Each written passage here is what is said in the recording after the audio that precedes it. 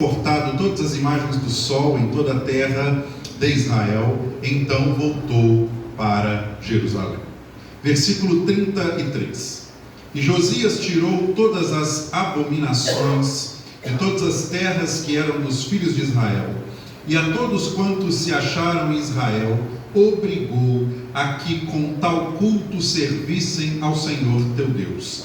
Todos os seus dias não se desviaram de após o Senhor, Deus de seus pais. Louvado seja Deus. Irmãos, hoje nós vamos aprender, através do legado do rei Josias, sobre zelo. Nós estamos aprendendo, desde o primeiro encontro com esses dois livros, sobre as necessidades que a igreja tem em tempo contemporâneo, e cada necessidade está de alguma maneira ligada à busca a Deus. Só para recapitular, no primeiro encontro com as crônicas, que foi lá no capítulo 10 do primeiro livro, nós ministramos aqui sobre a necessidade da igreja em buscar unicamente a Deus, somente a busca a Deus. E ministramos a partir do fim da dinastia de Saul. A nossa segunda ministração foi sobre fé, uma segunda necessidade da igreja, que é a fé. E nós tomamos o texto de 1 Crônicas, capítulo de número 17, e ministramos a partir da aliança davídica. Nosso terceiro encontro, nós ministramos sobre humildade, uma terceira necessidade da igreja, e isso foi no capítulo 7 do segundo livro das Crônicas, a partir do templo de Salomão. O quarto encontro nós falamos sobre integridade, uma quarta necessidade da igreja, a partir do segundo livro das Crônicas, capítulo de número 12, e foi através do exemplo de Roboão.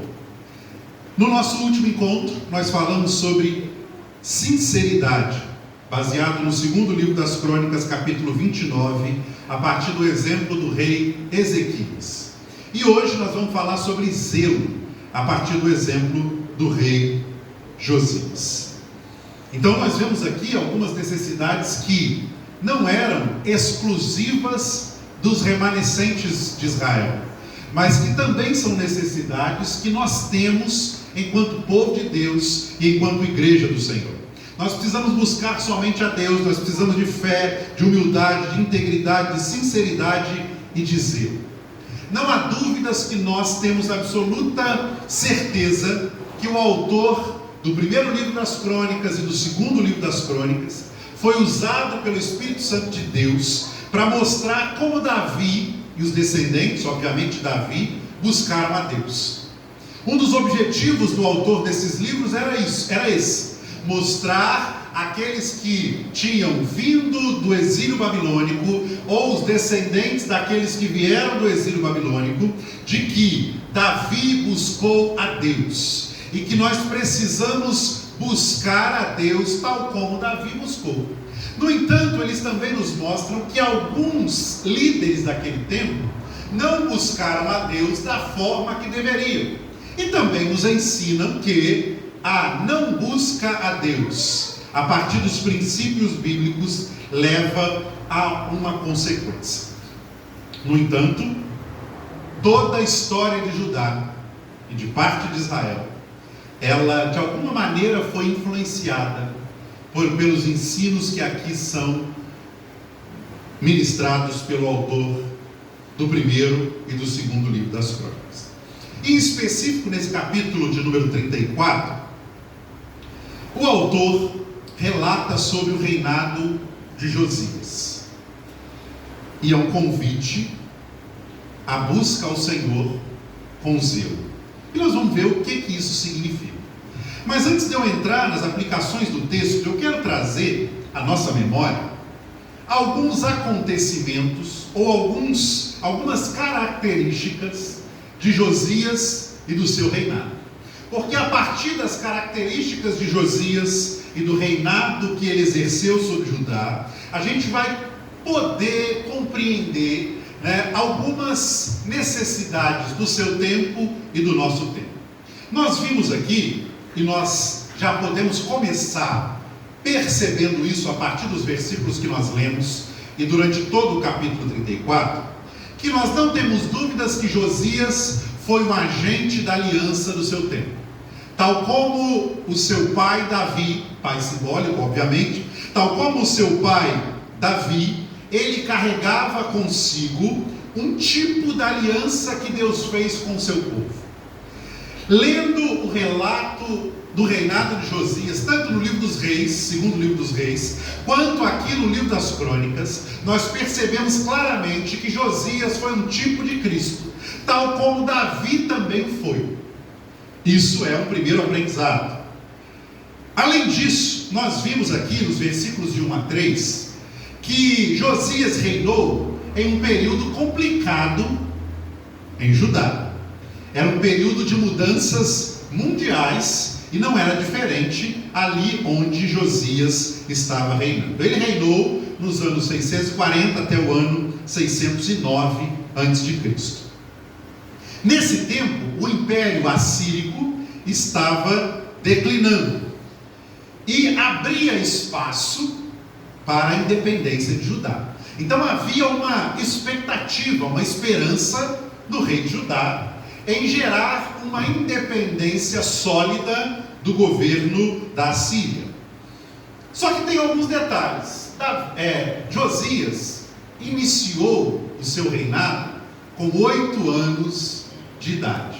Nós vimos isso no versículo de número 1. E ele reinou 31 anos em Jerusalém. Também está lá no versículo de número 1. Nós vemos ainda no versículo 1 que ele começou a buscar a Deus ainda adolescente. Ele tinha 16 anos quando ele começou a buscar a Deus. E ele começou uma reforma em Judá com 20 anos de idade. Com 20 anos, está lá no versículo 2, ele começou uma reforma no reino, na adoração e no culto a Deus. Aos 26 anos de idade, ainda jovem, ele ordenou a reparação do templo e a volta da celebração da Páscoa. Está lá no versículo 8 e no capítulo 35, versículo 19. Ele morreu também jovem. Josias morreu com 39 anos, por conta de uma escolha equivocada. E nós vamos ver aqui que, na verdade, não é na obra de Deus, na vida cristã, nós vamos perceber isso com Josias, que não é só começar bem, a gente precisa também terminar bem. Mais do que começar, é perseverar. Josias nos ensina sobre isso. O crente precisa ser firme, o crente precisa ser perseverante, o crente, ele precisa começar bem e terminar bem. Josias começou bem, só que ele terminou com uma escolha equivocada. E nós vamos também ministrar sobre isso aqui. Josias, ele prosseguiu o que Ezequias começou. Nós vimos isso aqui na última ministração, que Ezequias também começou bem, né? Só que Josias, ele avançou em relação a Ezequias. Ele não só restabeleceu o culto em Judá, diferente de Ezequias, que Ezequias não conseguiu fazer isso, Josias também juntou israelitas do norte para poder adorar a Deus em Jerusalém, na casa de Deus, na cidade de Davi. Josias avançou nesse quesito. Ezequias restabeleceu o culto em Judá, mas Josias agora ele estabelece o culto em Judá e também em Israel. Ele foi o único monarca em toda a história de Israel que conseguiu juntar o reino do sul e o reino do norte num único lugar de adoração. Depois dele bagunçou de novo, né? Tanto é que Jesus teve que ensinar de novo onde é que deveria de se adorar, e ressignificou também, obviamente, o lugar de adoração. Mas Josias foi o único que fez com que Israel do norte e Judá se unissem em Jerusalém, na cidade de Davi, para adorar a Deus. Foi o único que conseguiu fazer isso. Então ele tem alguma coisa a ensinar. E o versículo 2 nos ensina que Josias fez o que era reto aos olhos do Senhor. Em suma, Josias, na maior parte do seu reinado, do seu ministério, ele foi um rei zeloso. E o que eu quero trazer à nossa reflexão e à nossa necessidade como igreja do Senhor? Irmãos, não é só vir à igreja, não é só dizer que é crente. Nós precisamos colocar o zelo na nossa adoração, no nosso serviço e no nosso ministério a qual Deus nos confiou. E é sobre isso que eu quero ministrar nessa noite, e é dentro dessa imagem de Josias, trazendo o zelo novamente ao povo de Deus, é que eu quero trazer a nossa reflexão. Nós somos um povo que não pode perder o zelo na adoração a Deus. Interessante, irmãos, que Josias, nós vimos aqui que ele começou com 8 anos, mas a reforma só foi acontecer com 20. Ele só conheceu o livro da lei algum tempo depois do seu reinado. E a Bíblia ainda nos dá indícios de que ele não conheceu a lei por completo. A lei da qual o cronista está trazendo aqui, na verdade no versículo 3, 8 e 14, na verdade o cronista está, segundo algumas análises exegéticas desse texto, ele estava se referindo ao contato que Josias teve com parte ou o livro completo de Deuteronômio. Não era a lei completa. Ele teve contato, é o que espera, o que se tem indícios, ao livro de Deuteronômio. E tendo esse contato, Neemias começa a olhar aquilo que estava registrado no livro e aquilo que ele percebeu com os reis que o antecederam. 2 reis antecederam Josias, no intervalo que nós estamos aqui da ministração anterior a essa. Antes de Josias teve o governo de Manassés e teve o governo de Amon. Foram 2 governos completamente diferentes do governo de Ezequias e do governo de Josias.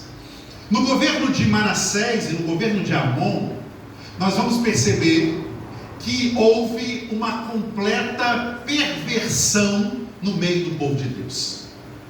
Eles são conhecidos como um dos piores reis que Israel já teve. Manassés nem se fala, quem conhece a história sabe do que eu estou falando. Manassés ele não teve assim tanta proeminência, alguns talvez apontam muito para Saul, mas na minha leitura bíblica Manassés foi muito pior do que Saul. E Manassés ele traz então para Judá novamente idolatria. Ele traz para Judá impiedade. Ele aborrece a Deus se afastando da palavra, tanto Manassés quanto Amon. E abrindo um parênteses na história bíblica e já aplicando nos nossos tempos, irmãos, quando nós nos afastamos da palavra, o resultado que nós temos é exatamente o resultado de Manassés e o resultado de Amon. Ezequias fez com que o povo voltasse à palavra.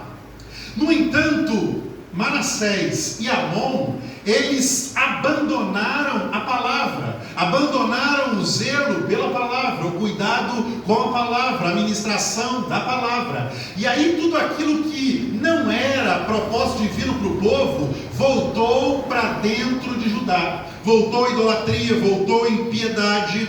Quando a escritura é desconsiderada, o que acontece é um afastamento de Deus e um aumento da impiedade. O resultado de uma ausência de busca pela palavra de Deus certamente é a impiedade.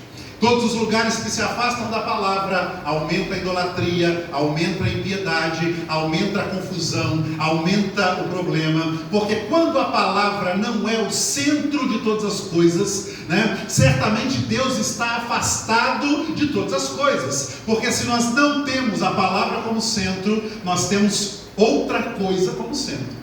E qualquer outra coisa que não é a palavra de Deus, na verdade nos afasta da palavra. E uma vez afastados da palavra, nós estamos mais próximos da ação do inimigo sobre nós. Então cuidado quando você se vê longe da palavra. Cuidado se você está num ambiente que te afasta da palavra. Cuidado se você adora a Deus longe da palavra. E a gente vai percebendo que ao longo do tempo, na historiografia, na cronologia da igreja, cada vez mais a gente vai percebendo que o ambiente de culto tenta de alguma maneira se distanciar daquilo que é a palavra. Então o tempo da palavra é o menor, o momento da palavra é o momento da desconexão, o momento da palavra é o momento onde as pessoas buscam outras coisas, o momento da palavra às vezes é desvalorizado. No entanto, quando a gente desvaloriza aquilo que é o centro do culto, aquilo que é o centro da ação de Deus, a gente vai então encaminhar para um lugar que não é o lugar que Deus quer que nós estejamos. Deus quer que nós estejamos perto da palavra, e é perto da palavra que Deus transforma a nossa vida, que Deus entra na nossa casa, que Deus muda a história de nossa família, que Deus faz o que nós precisamos receber da parte dele. Não se afaste da palavra. E foi exatamente o que Josias fez. Quando ele tomou contato com a palavra, mesmo sem muito entendimento, mesmo sem quem o explicasse, a própria palavra transformou o coração de Josias. Josias não cresceu ouvindo a palavra. Josias não teve quem ensinasse a palavra a ele. Josias tomou contato enquanto rei. E ali, enquanto rei, ele lê a palavra e ele percebe que o ambiente do seu reinado era um ambiente que estava longe da palavra. Então, ele rompe com a acomodação que começou com Manassés e foi sequencial com Amon. E Josias empreende uma reforma. Josias olha para Judá e diz: nós não estamos próximos à palavra, então nós precisamos nos aproximar da palavra. Está lá os versículos 3 a 7, e também o segundo livro dos Reis, capítulo 23, narra essa mesma história. Josias fez o que era correto, mesmo sendo complexo fazer o correto. E isso às vezes não é o que acontece no nosso tempo. Porque no nosso tempo, que é o tempo da informação, nós conhecemos muitas coisas, nós sabemos exatamente o que a palavra diz, nós temos quem nos ensine a palavra, nós nos reunimos pelo menos 3 vezes na semana, onde a palavra é ministrada, nós lemos a palavra em casa, temos acesso à palavra, nós temos a palavra de N formas. Só que às vezes a gente olha o entorno, e às vezes a gente até tem boa intenção para com a palavra, só que a gente vê a complexidade que é fazer com que a palavra vire prática na nossa vida e na vida do outro. E às vezes a gente desiste da missão, porque a missão é difícil. Mas Josias nos mostra uma coisa importante: não importa o quão complexo é a missão, não desista de fazer com que a palavra de Deus te acompanhe na missão e faça com que a missão seja bem sucedida. Com a palavra a missão será bem sucedida, mesmo que complexa. Pense Josias, um jovem, 20 anos, um monte de sacerdote ministrando nos templos, um monte de idolatria acontecendo em Judá. Talvez Josias poderia pensar assim: se eu for botar o dedo aí, eles vão vir contra mim. Se eu for colocar o dedo aí, o meu reinado vai estar em xeque. Eu posso gerar problemas para o rei. Só que Josias não se preocupou com o seu entorno ou com as dificuldades que a missão lhe apresentaria. Josias se preocupou em cumprir a palavra, em fazer com que a palavra fosse o guia do seu reinado. Quer ter uma vida abençoada? Guie a sua vida pela palavra. Quer ter uma família abençoada? Guie o seu lar pela palavra. Quer ter um ministério abençoado? Conduza as suas decisões ministeriais pela palavra. Quer ver transformação nas pessoas à sua volta, fale da palavra, testemunhe da palavra, viva a palavra, para que as pessoas vejam a palavra andando com você. Mesmo quando você não pode falar sobre a palavra, mas as pessoas vão olhar para você e vão testemunhar a palavra, porque você vive a palavra e não só fala da palavra, e não só diz que a palavra diz isso, você é testemunha da palavra, você é a palavra andando nas ruas. E foi exatamente isso que Josias fez. Josias encarnou a palavra. Josias disse: eu vou ser a palavra guiada no meio do povo. O que Josias fez? Destruiu objetos de idolatria. Josias destruiu lugares do reino que estavam ligados ao paganismo. Josias eliminou sacerdotes de outros cultos que não fossem ao Deus verdadeiro. Eliminou mesmo. Josias matou os sacerdotes. Josias foi além de Ezequias, porque Ezequias também limpou o templo. Ezequias também mandou um monte de sacerdote embora. Só que Ezequias olhou para um templo pagão em especial, e Ezequias diz: ali eu não mexo. Só que quando Josias olhou para aquele templo, e está lá no segundo livro de Reis, capítulo 23, Josias diz: não importa quem construiu aquele templo, se foi nosso pai Salomão, porque tinha sido. Estou me referindo ao templo que Salomão edificou para que pagãos pudessem adorar. Ezequias não mexeu naquele templo, segundo Reis capítulo 23. No entanto, Josias olhou para aquilo, e Josias disse: não importa se foi Salomão quem construiu, eu vou derrubar. Mais uma coisa que a gente aprende aqui: às vezes a gente olha determinadas personalidades, determinadas lideranças, e porque são lideranças, nós deixamos de fazer com que a palavra seja vívida e seja o meio, que está acontecendo em determinadas situações, porque é um líder que está dizendo, é uma pessoa que está... Irmãos, não importa quem está dizendo. Se está dizendo contra a palavra, está dizendo contra Deus. E nós não nos associamos a isso. Não importa se é pastor, não importa se é sacerdote, não importa se é bispo, não importa se é anjo, não importa. Se está contra aquilo que é a palavra de Deus, está contra o próprio Deus. E nós não nos associamos a eles. Foi exatamente isso que Josias fez. Não importa se foi Salomão que construiu, está errado. Ali tem adoração pagã. Nós vamos destruir aquele templo. Talvez você possa perguntar para mim: tá bom, pastor, mas o que aqueles israelitas, o que aqueles remanescentes que vieram do cativeiro babilônico podiam aprender com isso? Nós dissemos que o livro de 1º e 2º Crônicas foi escrito para edificar a fé daqueles que tinham vindo do cativeiro babilônico e dos descendentes, obviamente, porque o texto veio muito tempo depois desse cativeiro. Bom, e o que eles puderam aprender com isso? Primeiro, mesmo com os desvios de Manassés e de Amon, Josias ensinou aos remanescentes de Israel que Deus continuava fiel ao trono de Davi. Que a pior apostasia de Manassés, a pior apostasia de Amon, não destruiria o pacto que Deus fez com o seu povo. O autor de 1ª e 2ª Crônicas queria que o povo de Deus lembrasse que a aliança estava segura, porque era Deus quem tinha feito aliança com o povo. E como que nós podemos aprender com isso? Ou o que nós podemos aprender com isso? Irmãos, nós somos o povo de Deus nesse tempo.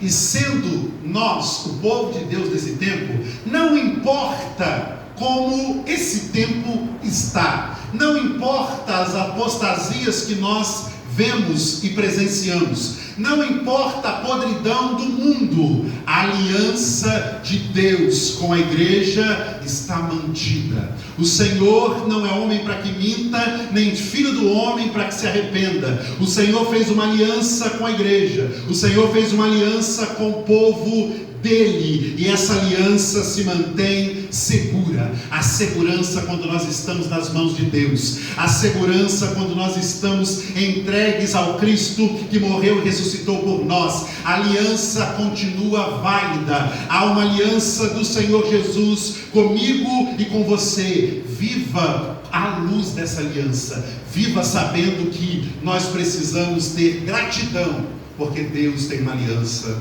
com o seu povo. Além disso, o autor das crônicas queria que o povo lembrasse que a vida com Deus não pode ser de qualquer maneira. A vida com Deus exige mudança, e essa mudança não é uma mudança do não tem nada a ver. A vida com Deus exige mudança radical. Foi exatamente isso que Josias fez. Josias não fez uma mudançazinha e deixou o templo que Salomão construiu. Não, Josias fez uma mudança radical na vida e na adoração de Judá.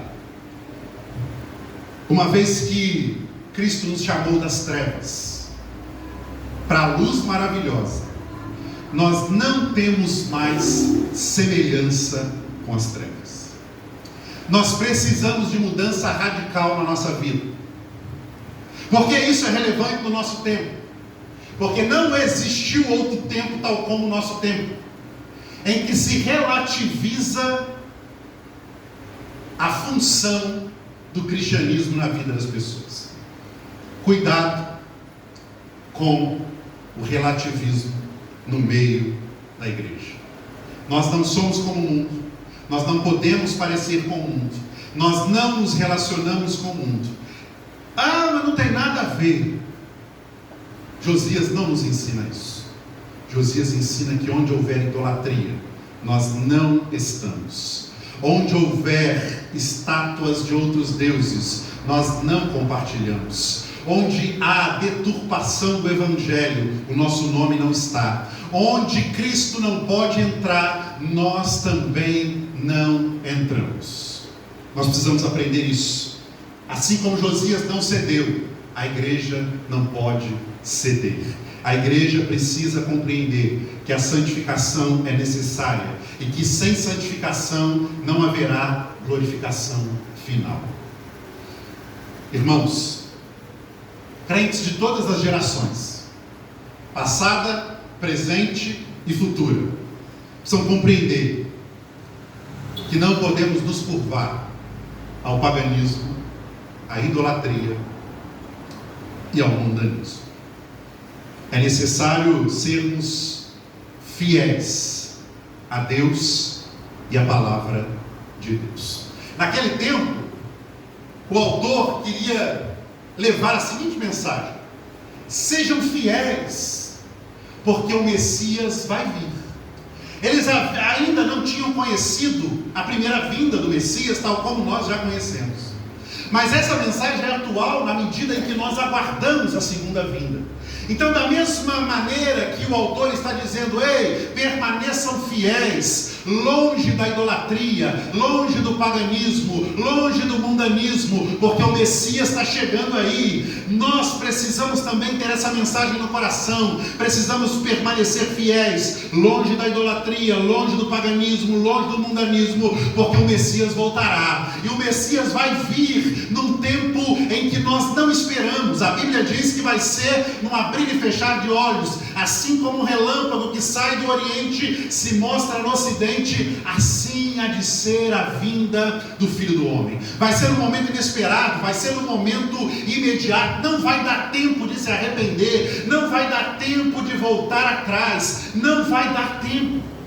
E nós não sabemos se vai ser daqui 10 minutos, se vai ser daqui 10 horas, se vai ser daqui 10 anos. O dia e a hora ninguém sabe. Por isso precisamos estar vigilantes, porque não sabemos a hora em que o noivo virá. Então é todo o tempo correndo da idolatria, É todo o tempo correndo do paganismo, é todo o tempo correndo do mundanismo, é todo o tempo tomando conta quando dizem para nós, mas não tem nada a ver que você é crente. Tem sim, tem sim. Nós somos noiva de Cristo Jesus.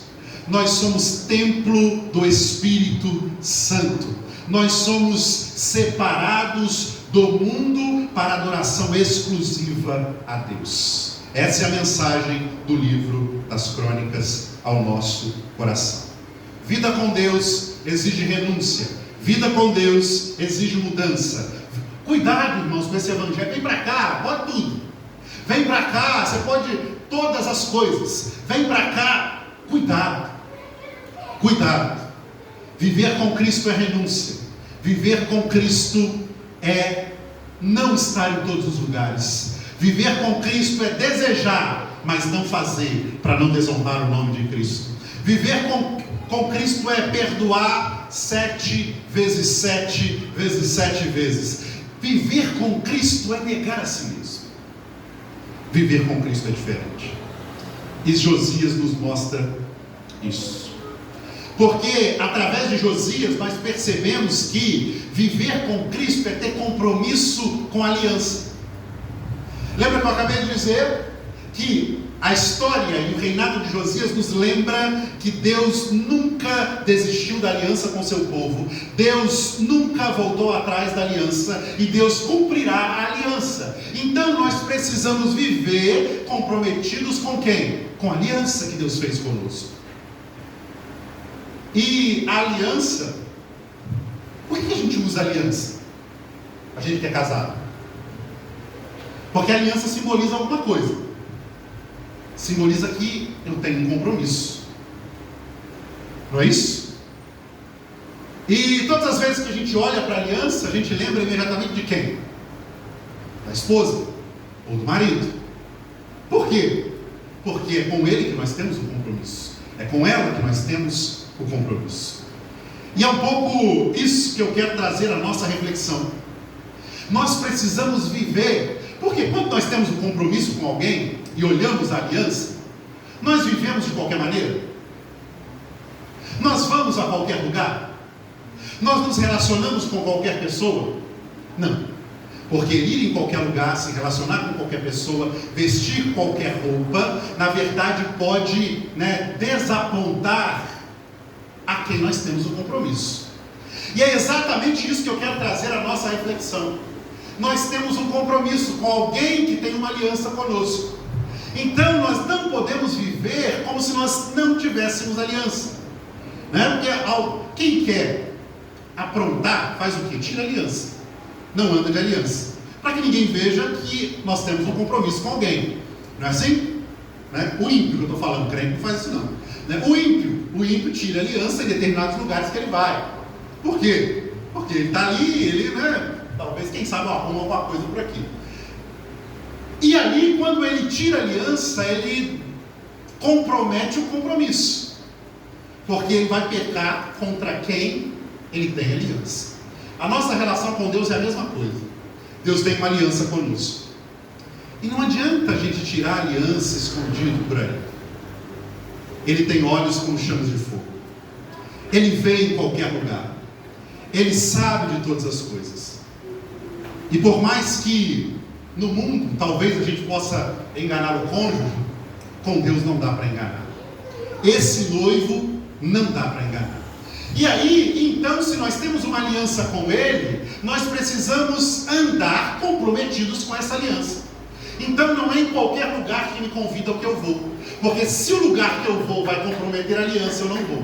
Não é qualquer roupa que eu visto. Por quê? Porque se a roupa que eu visto compromete a aliança, eu não visto. Então não é com qualquer pessoa que eu me envolvo. Porque se a pessoa com que eu me envolvo me afasta da aliança, eu preciso quebrar esses relacionamentos. A nossa aliança com Deus é a principal aliança que temos. Esse compromisso é inquebrável. É inquebrável. Quando Josias tomou contato com a lei, ele entendeu: opa, eu tenho uma aliança com alguém. Eu tenho aliança com Deus. E tendo aliança com Deus, eu preciso romper com os erros do passado. Tendo aliança com Deus, eu não posso estar em qualquer lugar. Tendo aliança com Deus, eu preciso fazer aquilo que é bíblico. Tendo aliança com Deus, versículo 33, enquanto viver, eu não posso desistir, eu não posso desanimar, eu preciso permanecer. Interessante que Josias, quando você lê o versículo 33, a minha versão está dizendo que Josias não só se preocupou com a vida dele, ele se preocupou com o povo de Deus, porque ele poderia restaurar o relacionamento dele com Deus, e o povo se lascasse para lá, mas não foi isso que ele fez. Ele era rei, ele era líder daquele povo. E aí o versículo 33, na minha versão, diz que Neemias obrigou o povo a mudar. O que a gente aprende com isso? Lógico que nesse tempo não dá para a gente obrigar, né? A gente que é pastor sabe disso, né? Se a gente pudesse obrigar todo mundo a vir no culto, todo mundo vir na oração às 8 da manhã no domingo, todo mundo vir, não pode, a gente não pode fazer isso. Mas a gente não deixa de falar, né? A gente não deixa de dizer que é importante, a gente não deixa de cultuar, e a gente está aqui, né, para de alguma maneira servir de exemplo. No entanto, naquele tempo era diferente. Ele era rei, ele governava o povo, e ele dizia: não importa, vai adorar. Mas eu não quero, vai. Mas vai, né? Josias foi. E aí agora eu quero trazer uma mensagem principalmente aos pais de uma geração que hoje, na verdade, está quase mandando os pais. Eu nasci numa casa, numa família de uma mãe brava, e que não tinha conversa enquanto eu morei com ela, não importa a idade que eu tinha. É isso, é isso. Mas é isso, é assim que vai ser, né? Mas porque eu quero assim, né? De alguma maneira, a minha mãe entendeu que ela governava a casa junto com meu pai, né? Que é diferente da liderança eclesial. A liderança eclesial não pode obrigar. Nós, como professores lá na escola, a gente pode obrigar? O menino não pode obrigar. Mas Deus entregou um sacerdócio na mão de vocês, pais e mães. E aprende com Josias. Eu não vou, vai no culto, você precisa ir no culto. Mas eu não quero, não importa, vai no culto, né? Nós vamos orar agora. Não, eu não quero orar, vamos orar sim, né? A minha avó, na escola bíblica dominical, ela morava na casa de baixo, ela subia de manhã e acordava a gente cedo, né? Todo mundo, todos os netos, enquanto a gente era pequeno, ela fez isso. Acordava todo mundo. E aí, às vezes, eu não queria ir, né? Mas minha mãe olhava: você vai com a sua avó. Minha mãe não ia, porque minha mãe não era crente nessa época. Ela não ia, mas obrigava a gente a ir com a avó, né? Você vai, né? De alguma maneira deu resultado, né? Então, houve ali um entendimento que há um sacerdócio que nós não podemos dobrar, que nós não podemos negociar. Eu estou dizendo isso, eu não sou pai, mas eu sou professor. E eu vejo uma geração jovem, né, dos desejos, e que não consegue nem se frustrar mais, e aí desencadeia um monte de problema psicológico, porque ele não consegue ouvir um não dentro de casa, e ele não ouve. Aí quando ele chega na sociedade, ele ouve nãos. Ouve não do professor na escola, ouve não do patrão na empresa, ouve não na vida, e aí ele se frustra, ele fica doente, ele tem depressão, ele tem ansiedade, ele tem síndrome de não sei o quê, ele tem um monte de coisas. Mas por que o sacerdócio dentro de casa não foi bem desenvolvido? Irmãos, viva conforme a aliança. Deus fez uma aliança com você, e Deus deu o sacerdócio da sua casa. Então cuide para que a sua casa seja obrigada a adorar a Deus, porque é você que é o sacerdote lá dentro. Depois que ele sair, aí é ele com Deus. Mas enquanto você estiver lá, irmãos, aprenda com Josias, é obrigado a adorar a Deus. Na minha casa não tem negociação. Pode ir um parente que for lá em casa, mas lá em casa não vai se comportar da mesma maneira que eles se comportam no outro lugar. Posso levar? Não pode levar nada na minha casa, né? Se não adora a Deus, na minha casa não. Aí você vai beber em outro lugar, você vai fazer em outro lugar. né? Irmãos, nós somos representantes da aliança, onde quer que nós... Mas eu não sou crente. Tudo bem, mas eu sou. Na minha casa eu obrigado a ser crente. Sendo crente ou não, né? Ah, mas vamos pôr uma música aqui. Não, na minha casa não põe qualquer música, né? Mas não importa, então não vem na minha casa, ou então, né? Mas na minha casa é obrigado a adorar a Deus. E é um pouco isso que Josias nos ensina com o versículo 33. Irmão, nós não podemos negociar a aliança. A aliança que nós temos é com Deus. E nós não negociamos aquilo que nós temos com Deus. E aí nós somos os pais dessa geração. Pais, assumam aliança com Deus dentro da sua casa. E filhos que aqui estão, vocês não têm vontades na casa dos pais, né? O que vocês querem não importa, né? Saibam disso. Não é importante a sua vontade, o seu desejo, né? Na sua casa você precisa ser um filho da aliança. E ser um filho da aliança é obedecer o pai, né? Mas na sala de aula, às vezes, a gente faz isso, né? Os alunos, eles querem nos matar. Lá em casa, se eu ouvisse um não na escola e não obedecesse, a Fio Chinelo estava cantando, com certeza, né? Quando eu não queria fazer o dever de casa, eu e meu irmão mais, né? Porque meu irmão, nesse quesito, ele era mais, apanhava mais, né? Não, minha mãe não batia muito não, mas a autoridade de mãe já nos fazia, né? Às vezes a gente não queria fazer o exercício de casa, a mãe pegava o chinelo, ela sentava na mesa com o chinelo em cima da mesa, né? O chinelo está ali, sem falar nada. O chinelo ali você sabia, você faz ou ele vai cantar, né? E não tem papo de conselho tutelar, papo de vai, não tem nada disso, né? Ela é o conselho. É isso que Josias está ensinando. Irmãos, dentro de casa, você é o sacerdote, você é a sacerdotisa. Então, vamos gerar uma geração saudável. Eu sei que não é fácil não, irmãos. Josias também não foi fácil, mas é insistir, é fazer de novo, é falar de novo, é falar de novo, é falar de novo, né? A outra geração conseguiu, por que a geração agora não consegue mais, né? Tem algum problema aí. Então nós precisamos voltar à palavra e lembrar a aliança que nós temos com Deus. Só que Josias, para a gente encerrar a nossa reflexão, Josias acabou mal. Por que Josias acabou mal se ele tem tanta coisa boa para nos ensinar? Passaram 13 anos da reforma de Josias em Judá. 13 anos. E aí no livro de 2 Crônicas, capítulo 35, nos mostra que Josias errou na escolha. Josias pecou. O pecado gera o que, irmãos? Morte. Sabe por que Josias morreu cedo? Josias não morreu cedo porque ele estava doente. Josias não morreu cedo porque, enfim, foi uma fatalidade, um acidente.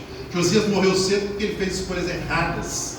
E aí ele foi para uma guerra que ele não tinha que ir, ele se aliou com o povo que ele não tinha que aliar, e ele tomou uma flechada e morreu na guerra. Bom, havia um rei egípcio naquele tempo chamado Neco, N-E-C-O, Neco. E Neco foi encontrar com Josias, é o capítulo 35 de 2 Crônicas.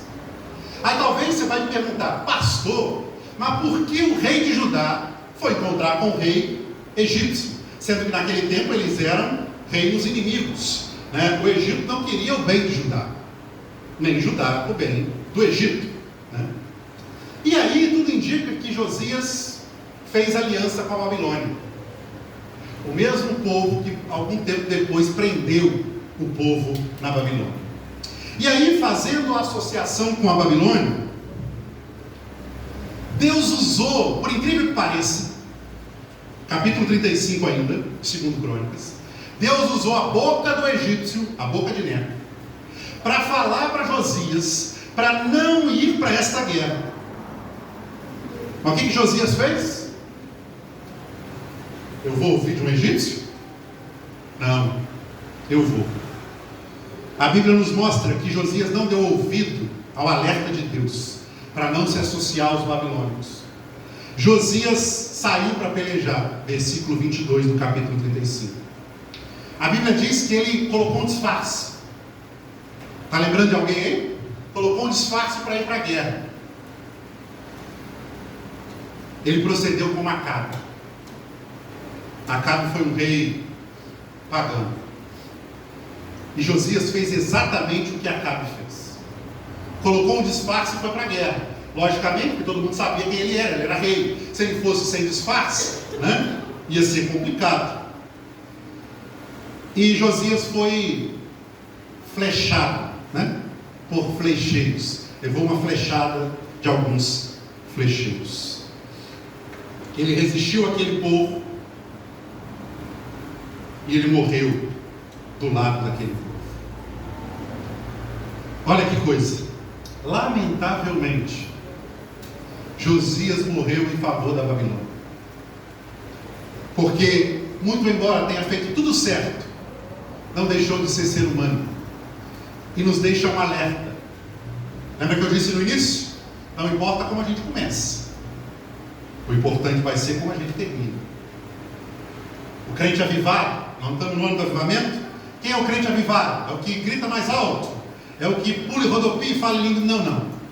O crente mais avivado é o que não olha para trás, é o que permanece, e é o que naquele grande dia vai ouvir do Senhor: vinde, benditos de meu Pai, porque perseverou até o fim.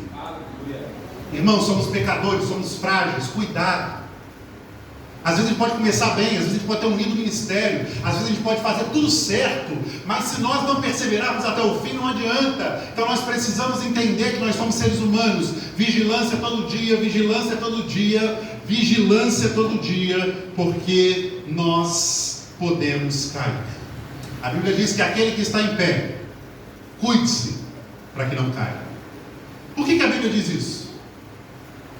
Na verdade, a Bíblia não diz isso. Correção. A Bíblia diz: aquele que pensa estar de pé, cuide-se para que não caia. Por que a Bíblia diz aquele que pensa estar de pé? Porque na verdade, sozinhos a gente nunca vai estar de pé. A gente só vai estar de pé com o Espírito Santo agindo na nossa vida, com o Espírito Santo conduzindo a nossa vida, com o Espírito Santo sendo o nosso guia fiel. Só assim que a gente fica de pé.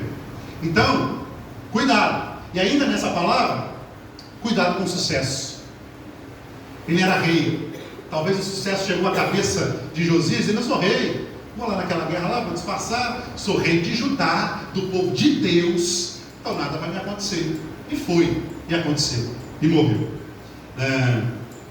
E aí, irmãos, reparem nos reis de Israel.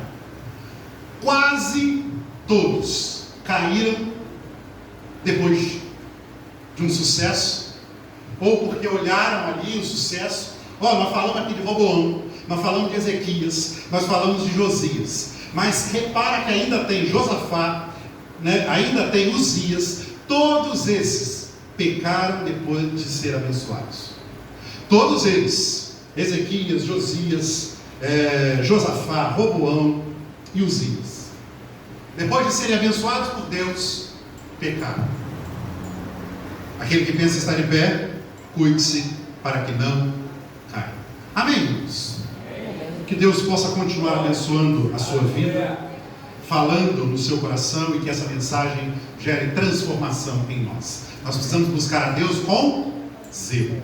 Quinta-feira que vem tem mais. Vai ser o nosso último encontro com o livro das Crônicas.